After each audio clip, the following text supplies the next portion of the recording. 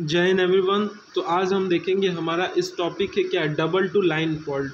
तो double two line fault होता क्या है, हमारा डबल लाइन फॉल्ट क्या है। सिंपल हमारा डबल लाइन फॉल्ट है जो हमारा वो सीधे देखिए यहाँ पे देख सकते हैं कि जो double line to line fault है वो हमारा दो कंडक्टर अगर शॉर्ट सर्किट कर दिया हो गया हो। जैसे यहाँ पे आप फिगर में भी देख सकते हैं कि एक कंडक्टर तो हमारा सिंपली वो ग्राउंड से अटैच है, सीधे उससे ग्राउंड भी नहीं अटैच है, वो सिंपल उसको हटा दिया गया है, मतलब आइए हटाया नहीं गया, जैसे वो सिंपल हमारा वहाँ पे जीरो, कुछ भी मतलब नहीं है।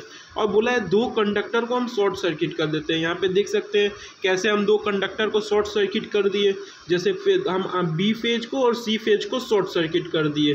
तो हमारा बोला है कि इसी को हम क्या बोलते हैं, लाइन टू लाइन। देखिए यहाँ पे जैसे लाइन, एक लाइन दूसरा लाइन टू लाइन को हमने शॉर्ट सर्किट कर दिया और तीसरे वाले को हमने सिंपल कुछ भी करंट प्रोवाइड नहीं किया।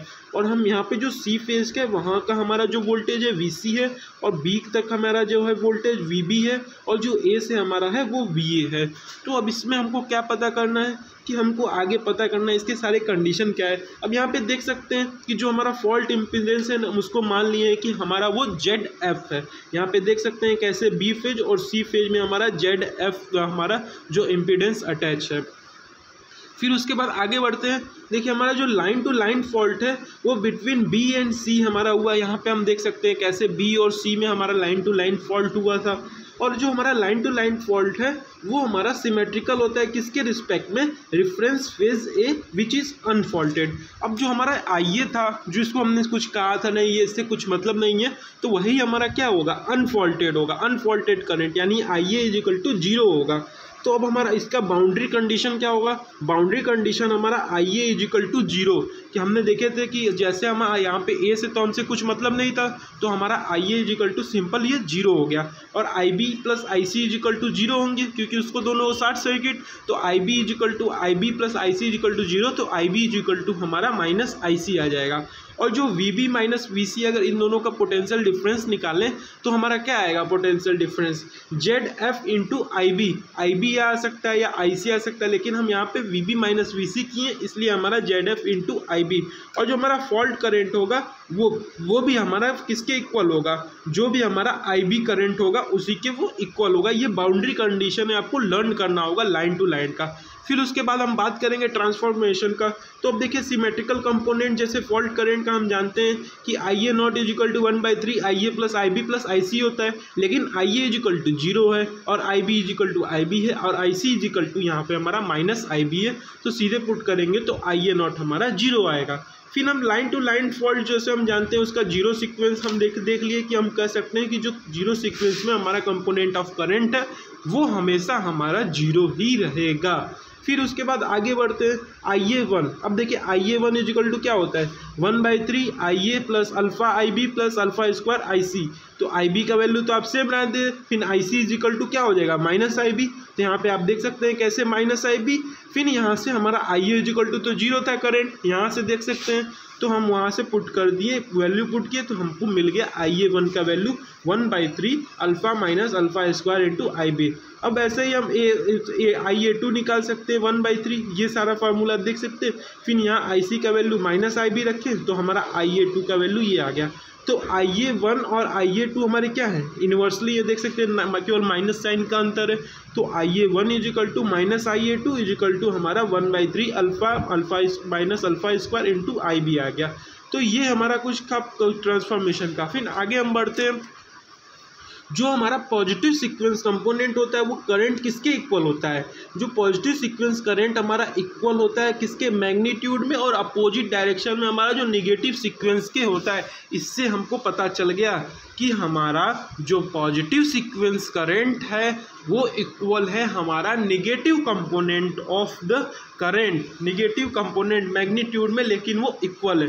तो हम यहाँ पे लिख सकते हैं कैसे हमारा जो ये तो हमारा सीक्वेंस करंट हमारा कैसे फाइंड कर सकते हैं, मैट्रिक्स मेथड से भी अगर फाइंड करना चाहे तो जैसे I012 यहाँ पे लिख लिए, A इनवर्स IAB, ये फार्मूला आपको पता है कि IABC जो फेज होता है वो सीक्वेंस इंटू A होता है। तो A inverse is equal to 1/3 1 alpha square 1 alpha square into alpha IA IB IC ये हो गया।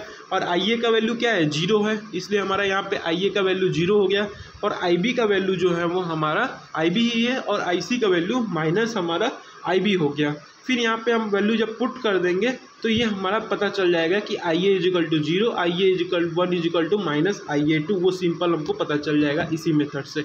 अब अगर हम बात करें वोल्टेज के रिप्रेजेंटेशन को, तो कैसे VB, VC, IB in terms of हम सीक्वेंस इम्पीडेंस का बात करें तो हम जानते हैं क्या, VB minus VC is equal to ZF into IB। यहाँ के जैसे यहाँ पे आपको दिखाए थे VB minus VC is equal to ZF into IB, ठीक वही चीज़ ये यहाँ पे भी किया है। देख सकते हैं VB को हम क्या लिख सकते हैं, जो हमारा VB था उसको हम अगर VA के टर्म में लिखे तो VA not plus alpha square plus alpha into VA2, और VC को हम ये लिख सकते हैं ZF इंटू IB का वैल्यू। अभी हम आपको बताए थे IB का वैल्यू कैसे लिखेंगे, तो ये हमारा पुट हो गया। जब इसको इस इक्वेशन को हम सॉल्व करेंगे, कम्बिनेशन ऑफ इक्वेशन, ये हमारा जो इक्वेशन, दो इक्वेशन थे, देखिए एक इसका वैल्यू और एक इसका वैल्यू, अगर हम इस इक्वेशन में अगर पुट करेंगे इस वैल्यू में, इस इक्वेशन में, तो उस सबको सॉल्व करने में हमारा आएगा alpha square minus alpha VA1 minus alpha square minus alpha VA2 is equal to this. अब ये आएगा तो यहाँ पे अल्फा ये हमारा कैंसिल हो जाएगा, बचेगा क्या, VA1 minus VA2 is equal to ZF into IA, ये हमारा बचेगा। अब उसके बाद देखिए क्या करेंगे, अगर हमारा सीक्वेंस कंपोनेंट वोल्टेज का अगर फाउंड होता है रिलेशनशिप, तो हमको पता चलता है कि V012 is equal to E minus Z012 I012, ये हमारा फॉल्ट वाला है।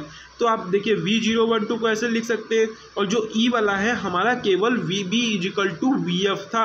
आपको पता होगा कि हमारा जो करंट जा रहा है, वोल्टेज जा रहा है, VF ही हमारा VB वाला ही होगा, जो फर्स्ट सीक्वेंस में ही हमारा जो वोल्टेज था फर्स्ट सीक्वेंस में ही जाएगा। और जो फिर Z हमारा है तो Z A0 A1 A2 हमारा, ये आप जानते हैं, ये सिंपल। फिर I012 को आप लिख लीजिए यहाँ पे सिंपली। फिर उससे हमारा इस इक्वेशन सॉल्व करने पे हमारा आएगा मैट्रिक्स से VA नॉट का जो वैल्यू है वो हमारा VA not is equal to minus ZA not into IA not होगा। VA1 का वैल्यू ये होगा और VA2 का वैल्यू ये होगा। अब VA1 minus VA2 is equal to आप करना चाहें तो आप यहाँ से सीधे माइनस कर सकते हैं, तो आपको सीधे इम्पीडेंस मिल जाएगा। फिर वहाँ से आप क्या करेंगे, अगर कंबाइन करेंगे इक्वेशन, जैसे आप इक्वेशन वहाँ पे वैल्यू पुट करेंगे तो आपको सिंपल लास्ट में ये टर्म मिलेगा, IA1 is equal to VF upon ZA1 plus ZA2 plus ZF। तो ये हमारा आपका फाइनल कंक्लूजन है। तो फॉल्ट करंट हमारा देख सकते हैं IB द्वारा मिला जा रहा है, जो IB हमारा माइनस IC के इक्वल है। तो माइनस IC के इक्वल है, IB को आप ये लिख सकते हैं। फिर वहाँ पे IA नॉट का वैल्यू पुट कर दीजिए, IA1 का वैल्यू पुट कर दीजिए, IA2 का वैल्यू, तो आपका IB इज इक्वल टू ये आएगा फॉल्ट करंट। फिर वहाँ से आप देख सकते हैं सिंपल, ये आप यहाँ पे अगर पुट करेंगे IA नॉट का वैल्यू, जो भी IA1 का वैल्यू था यहाँ इक्वेशन से, तो आपका ये इक्वेशन क्या मिलेगा देख सकते हैं। फिर जो हमारा वैल्यू फाइनल मिलेगा ये मिलेगा। ये हमारा रहा क्या, डबल लाइन टू फॉल्ट और लाइन टू लाइन हमारा फॉल्ट के बारे में। थैंक यू, जय हिंद।